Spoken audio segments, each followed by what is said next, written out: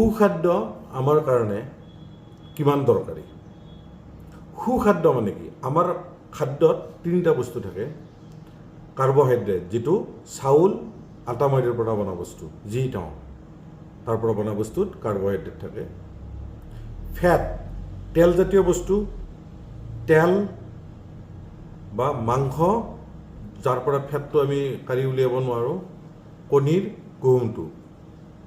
egg য়ক এইকেইটাত fat থাকে আৰু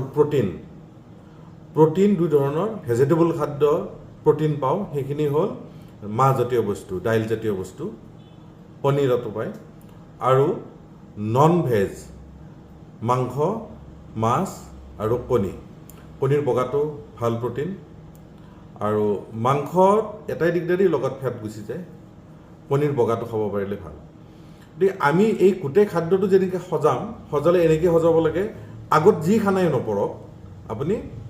কাৰ্বহাইড্ৰেটটো কমাই দিয়ক ভাত ৰুটিৰ পৰিমাণ কমাই দিয়ক বিস্কুটৰ পৰিমাণ কমাই দিয়ক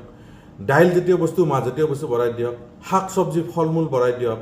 খুব কম তেলত দি খানাটো বনাব